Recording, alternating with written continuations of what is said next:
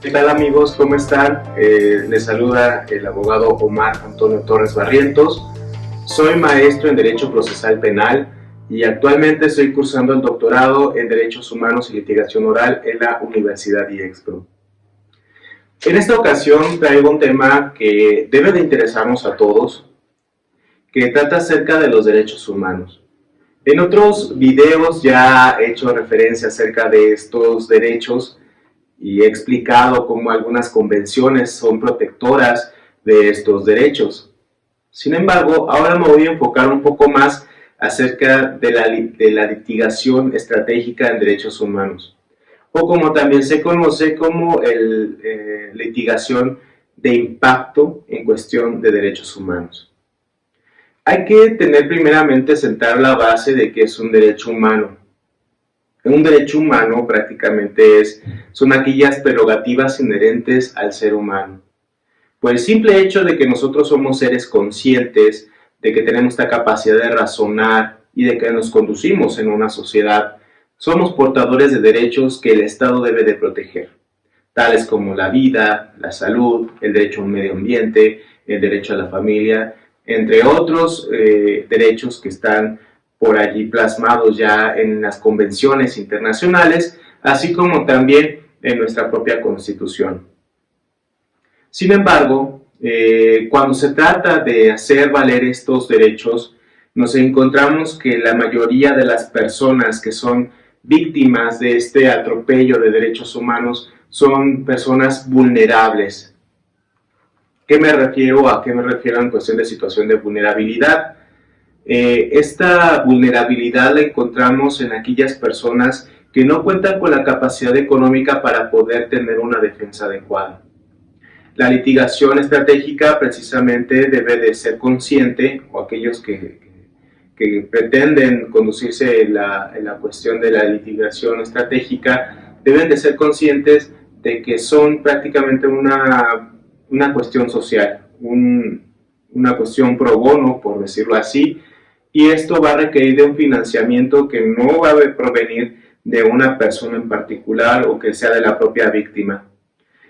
Esto debemos de concientizarnos más bien como de una interacción o de un apoyo social para que podamos nosotros no solamente litigar o hacer confrontaciones contra el Estado, que son precisamente autoridades que atropellan los derechos humanos, sino también debemos de ser conscientes de que nuestra litigación debe ser más amplia, no solamente con esa cuestión gubernamental, como lo acabo de precisar, sino también con aquella sociedad en la que nos enfrentamos.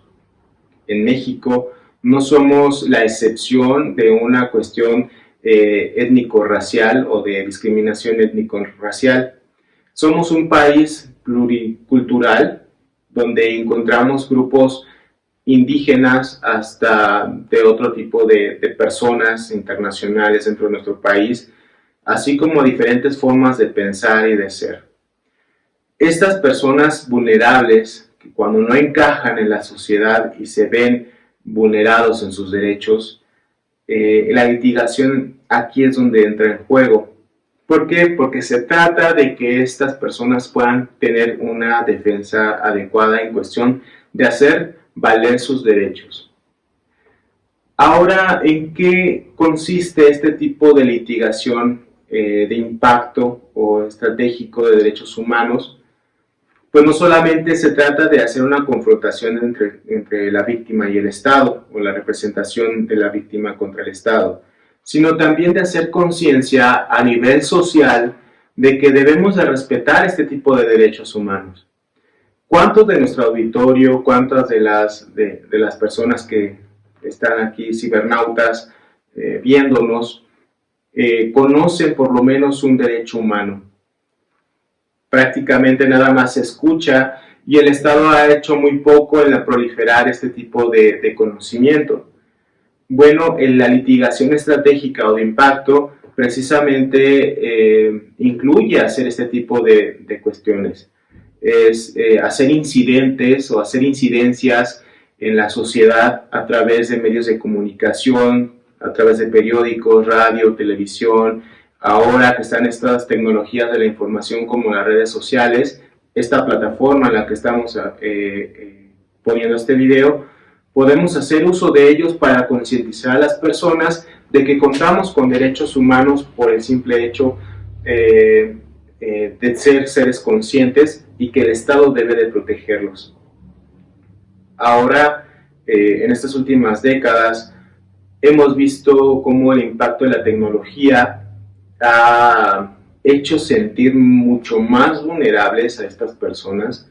En cuestión, por ejemplo, hablando de mi país, en México, las personas indígenas o de población indígena, aquellos clasismos, ¿sí?, dentro de nuestro país, y que como sociedad, a través de las redes sociales nos hemos ido desarrollando. Muchas veces me he topado con algunas publicaciones en redes sociales donde hacen memes, donde hacen mención de discriminación por el color de piel, por sus cuestiones físicas, ¿sí? Entre otras cosas, por su condición económica. Y me da demasiada preocupación el que como sociedad tengamos este tipo de exclusión de estas personas. Estamos tomando una postura prácticamente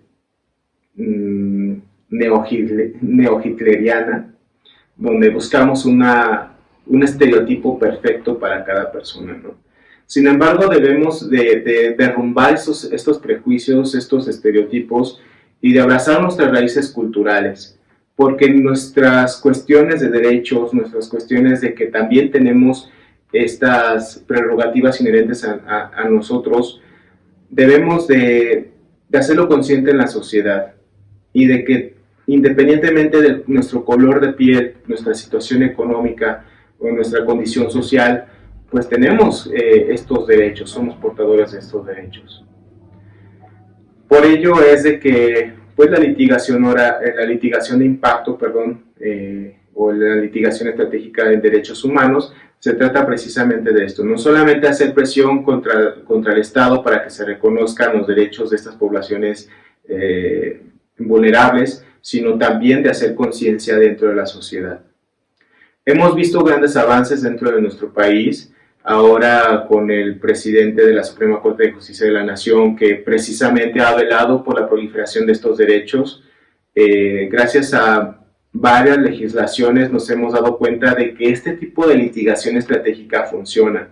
Tenemos ahora una ley Olimpia donde protege precisamente la vulnerabilidad que tenemos dentro de estas plataformas digitales, ¿sí?, como lo es la pornovenganza, entre otras cosas, así como también la legalización del aborto, la tipificación del feminicidio, y pues ahora también con el colectivo LGBT, que bueno, ya ahora se les permite o se les reconoce su matrimonio entre las personas del mismo sexo.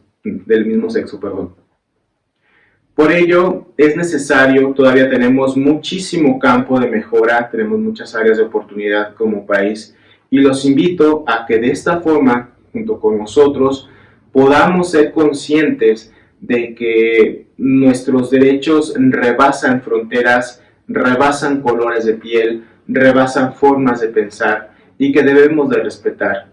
Si nosotros deseamos que se respeten nuestros derechos, también debemos respetar los derechos de los demás. Ya lo decía nuestro antecesor o nuestro presidente de hace mucho tiempo, Benito Juárez, que el respeto al derecho ajeno es la paz.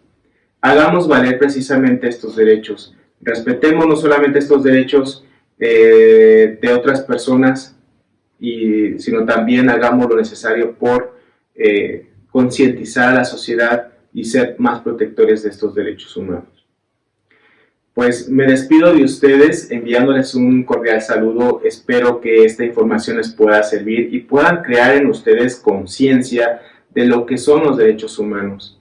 Precisamente es práctica este es un elemento de la litigación estratégica o de impacto sobre derechos humanos, y me gustaría que ustedes también, si tienen preguntas, me lo hagan saber dentro de esta misma plataforma, o si me siguen en redes sociales, me hagan preguntas respecto a este tema.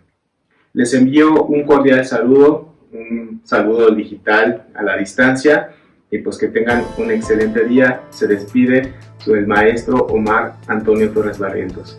Hasta la próxima.